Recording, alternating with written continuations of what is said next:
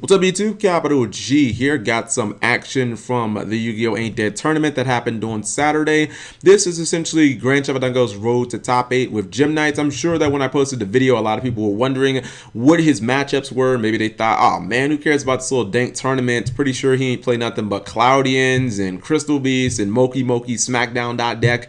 No, he actually played some actual meta, and he got out of some serious situations that I thought he had no chance of winning. So if you guys want to check him out, he's basically, as I've said before, the new version of Yu-Gi-Oh! For real men. Maybe it's the same guy because they be playing the same type of off-the-wall decks. They pull off some ridiculous plays with these decks, and if you guys have never entered one of my tournaments before, I just encourage you to, because crazy stuff happens. It's wildly entertaining. We do I think one of these a month, and even though the tournaments are 100% free to enter, we do have prize support. So I basically just give away a box every tournament to the people that make top 8. Sometimes I think we've done one tournament where we had like 32 packs because we had like an extra box or something like that. But anyways, let me stop yapping and go ahead and show you guys what exactly is going on in this duel.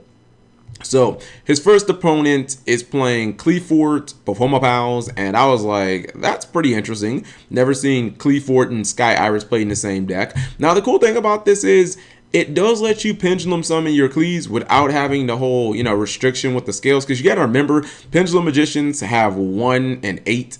You know what I mean? Like, you can pendulum summon everything. You can still play most of your, you can still pendulum summon, like, Disc and Helix and Scout. And he ends up playing Scout, and then he blows up his, Scout with Sky Iris. He searched Monolith off Scout, and then he does a play I've never seen before. He goes into Cyber Dragon Infinity, and I was like, wow, that was like pretty spicy. I've never, have you guys ever seen a Cyber Dragon Infinity made in Cleafort, or made of Cleafort, I guess? Then he activates Terraforming and gets he gets Necro Valley. At this point, I thought GrandChapadango, like, if you just think like Gem Knights, you don't have a prayer here, because not only can Cyber Dragon Infinity negate whatever the hell you want to play, but then in addition, you can't get your, you can't get Gem Knight Fusion out of the graveyard if Necro Valley is in the grave. Like, you can't banish anything, so your Gem Knight Fusion is trapped there. Now, I saw him activate the Into the Void and Dark World Dealings.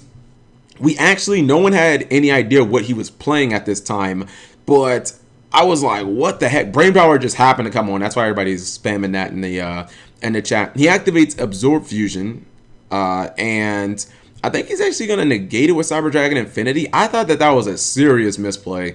Like, obviously, you put your opponent on playing Gem Knights at that point. Maybe he didn't want him to fuse with the Absorb Fusion and just beat over the Cyber Dragon Infinity, because you can fuse with it. I don't think I've ever fused with Absorb Fusion, because I don't want my stuff getting banished. So he does end up negating it. And the problem with that is he ends up getting hit with Brilliant Fusion, which is clearly like the best card in the entire deck. And it's sometimes you negate the first thing your opponent throws out at you. They've got something much better in store. Brilliant Fusion being probably one of the 5 best cards in the entire game right now, brings out my favorite card in the entire deck, Gem Knight Lady Brilliant Diamond. Don't ask me why. I was just hovering my mouse over her ass. It's personal. So he brings out Prisma, and then he's going to pop the Necro Valley. At this point, I thought there was some hope, because I was like, well, now he can actually activate his, he can get his Gem Knight Fusion back. He might have another fusion play. He banishes Lapis, and then he activates DDR using that Gem Knight Fusion again. And this is why Gem Knight Fusion is so good, is you're going to see he's going to activate, or he's going to pitch the damn card like 3 times in his turn. And that's what makes this card so good. It hasn't been power crept, yet. It hasn't been really power creeped. So he then uses Obsidian, and he uses Obsidian, and I believe the Lapis, and he ends up getting Lapis Lazuli. Then he pitches... did he do the burn effect yet? I don't think he actually did. Yeah, I don't think he used the burn effect, but he did add. There it is. There's the burn effect, and now he's gonna trigger Lazuli, because you send it from the deck to the you send it from your deck to the to the graveyard, and he got Lapis back. So now he's able to fuse one more time. So I believe this is the 4th time essentially that Gem Knight Fusion is going to hit the graveyard this turn. And he's able to get Zirconia, and I mean, that's a lot of damage on board. So he does what's it called? He does the 400 battle damage, and it's not quite game though. And at this point, I was like, oh, it's not game. He's so close to being able to have game, but no, he actually does. I was like, no, he didn't leave him. It was at this point I knew what he was going to do, and I was like, oh yeah, he actually has game. See, the thing is, and he's already fusioned what 4 times this turn. That would be 5 times in one turn. This is why I love Gem Knight so much. So he's able to take his field now. He's able to fuse everything together. Then he summons Master Diamond. Master Diamond is going to copy the effect of what's it called? Of Lapis Lazuli, and then he does that 500 burn damage. This is round 2. This was against Cursed Sword. I just looked at this field and I was like, there is no way he's coming back on this, because Anti-Spell Fragrance is just as detrimental to Gem Knights as Necro Valley. Necro Valley makes it so that you can't constantly use your Gem Knight Fusion, which you saw in that turn. What did he use Gem Knight Fusion? 4 times, I think, during that turn, and then he also discarded it for DDR. But you see in this turn, or you see in this game, he has Anti-Spell Fragrance, which means that, yeah, he can get it back to his hand, but at the same time, you can't activate it. Like, you can't fuse. You have to wait a turn, you know what I mean, to do anything. And then on top of that, not only does he have Anti-Spell Fragrance, but then he activates Dimension Barrier, and he calls, what's it called? Now, we all thought that there was some stream sniping going on, because he just randomly flips over Dimension Barrier and calls Fusion Summon so that he can't fuse, without even him playing any Gem Knight cards. Now, lucky for Grand Chavadungo, he had the what's it called? I think this was turn 2. He had the Pot of Desire set, so he is going to be able to exceed here, but again, he can't really fuse. So a lot of people were saying pay F or press F to pay respects. Yeah, I thought he was going to lose 100%. So he is able to use Castell, and he is able to get what's it called? He is able to at least get the Anti-Spell Fragrance off the field, but he still can't Fusion Summon. I was like, how's he going to clear all of this how's he going to clear all this stuff if he can't Fusion Summon? Like, Gem Knights really don't exceed that much anyways. I looked at his graveyard just to see like what he had banished potentially, like how much stuff he had banished. But obviously, I'm not the player, so I can't really see it. So he's able to get over the Daigusto Emerald. And Cursed Sword is playing ABCs, if I'm not mistaken. Yeah, I think he's playing ABCs. There's not that many decks in the game that are really going to summon Bujin Tsukuyomi. ABCs just happens to be one of them. If you see that alert pop up, it's just it's just a little quirky alert I have on my Twitch stream. So the thing here is, even though he does have the biggest monster on board, Tsukuyomi has really high defense, so it's not like he can really get over it. You know what I mean? If nothing else, I would say Cursed Sword can stall, and I would say Cursed Sword, he's probably at advantage, because if ABC Dragon is summoned, like Grand Chavadungo is going to lose. It's extremely difficult for Gem Knights to get around that card. And then I was just like, all right, well, you're just definitely going to lose. He flips over yet another copy of... flips over another Anti-Spell Fragrance, and I'm like, you can't win them all, man. You just can't win them all. Castell tries to ram into a face down, and I think it's what's it called? Yeah, it ends up being Sea Crush, and Sea Crush has actually 2,000 defense. I don't think I've ever set that card though. I messed around with ABCs, but I can't remember the last time I actually set any of the ABCs, and it actually lived. And sure enough, those little ABCs are doing their job right now. He has 2 monsters, 2,000 plus defense. They're just sitting there chilling. He has the Anti-Spell Fragrance to back him up. The only thing that's kind of like the saving grace here is it appears that Cursed Sword has basically bricked. You see how he hasn't done anything? Now, he gave Grand Chavadungo a turn, and that might be his downfall, because, he set his Gem Knight Fusion. He's going to activate it. He gets rid of Amber, and he gets rid of Obsidian. This time he's able to go into Prisma again. And you guys saw what Prisma, you see what the card can do. It can get rid of the problem cards that are on the board. Things like Necro Valley and, other cards that you don't really want to deal with. So he ends up putting Gem Knight Fusion back in his hand. Then he's going to pitch it to blow up Anti-Spell Fragrance. And, discard cards really aren't that big of a deal for Gem Knights, because you will use Gem Knight Fusion like 5 times in one turn, sometimes. So he adds it back to his hand yet again. And I think he might I think he might actually use the Gemini effect. I think he might actually dual summon. I'm still used to calling it dual summon. Yeah, he did. So he pitches the Gemini Fusion. So that's what, like the third time it's hit the graveyard, and he gets Obsidian back. Amber's effect basically lets you pitch a Gemini card, and then you get the get one of your, what's it called? You get the pitch a Gemini card, and then you get to add one of your banished monsters to your hand. Most of the time, you're gonna pitch Gemini Fusion. So after he has the Obsidian back in his hand, of course he's looking to fuse once again. As long as your Gemini Fusion doesn't get banished, you don't really care if the monsters get banished. He's going for Lady Brilliant Diamond, a card that's the best fusion that we have. So Lady Brilliant Diamond is generally what you're going to go into a lot, because not only is she just a huge, massive beat stick, she gets you like any fusion you want. You know what I mean?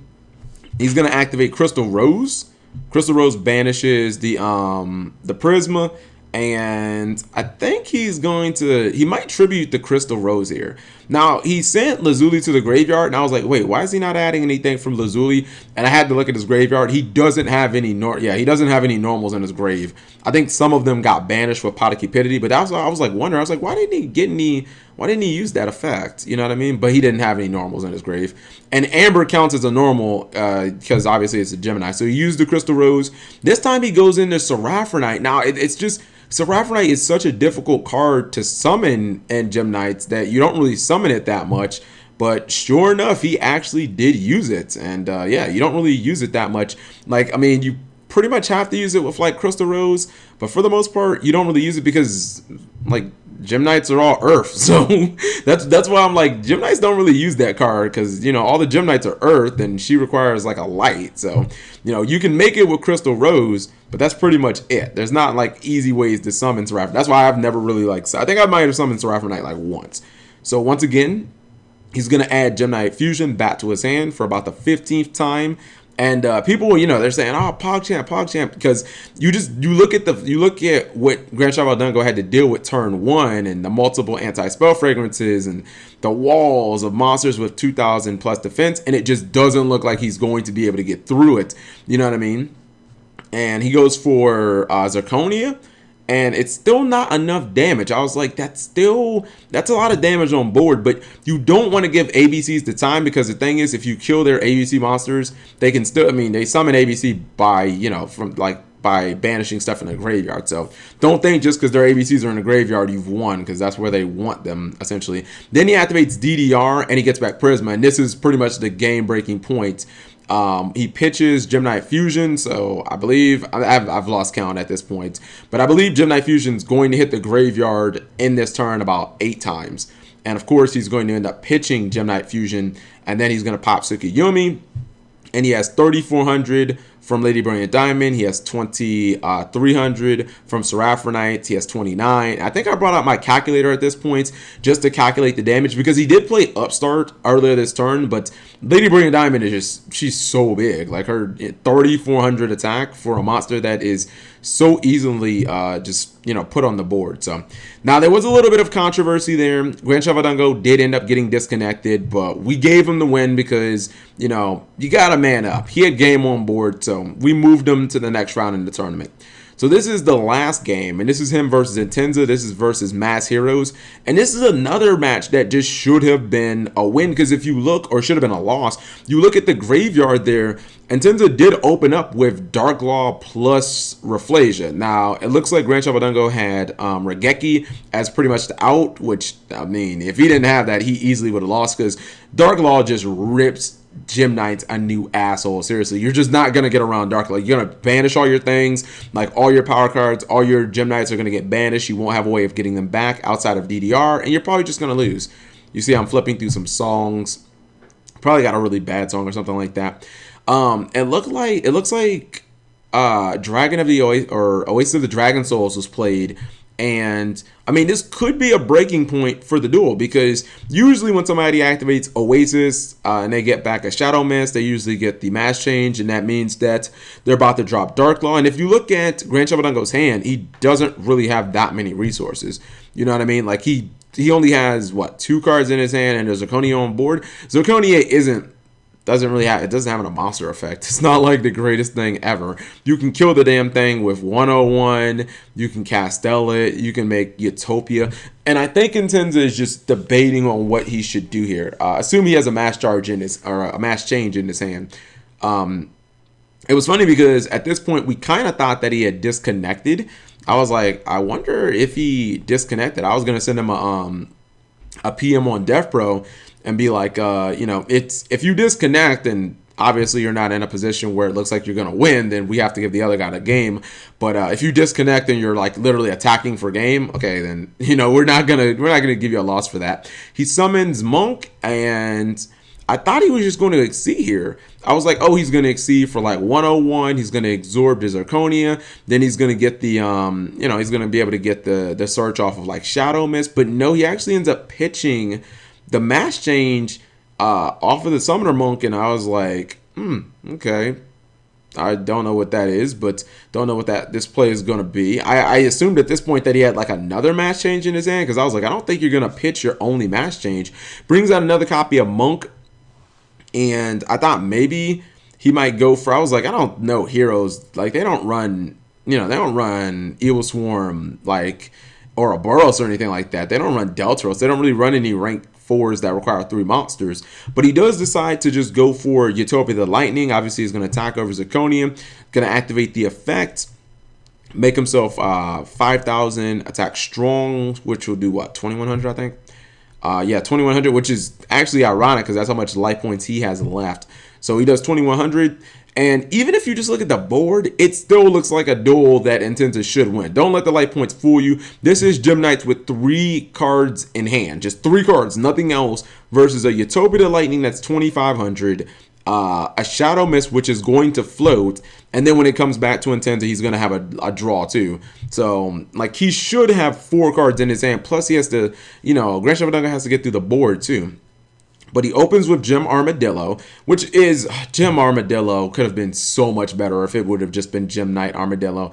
Gets himself Obsidian, one of the great floaters, activates Gem Knight Fusion, and I wasn't sure what he was going to go for in this situation. He ends up going for Prisma again. Prisma seems to be his go-to card. It's going to trigger Obsidian, obviously, and it summons the Amber on the field. And I was like, well, he's used everything. He's used all of his cards at this point. But you do realize that he can simply add the Gem Knight Fusion back once again.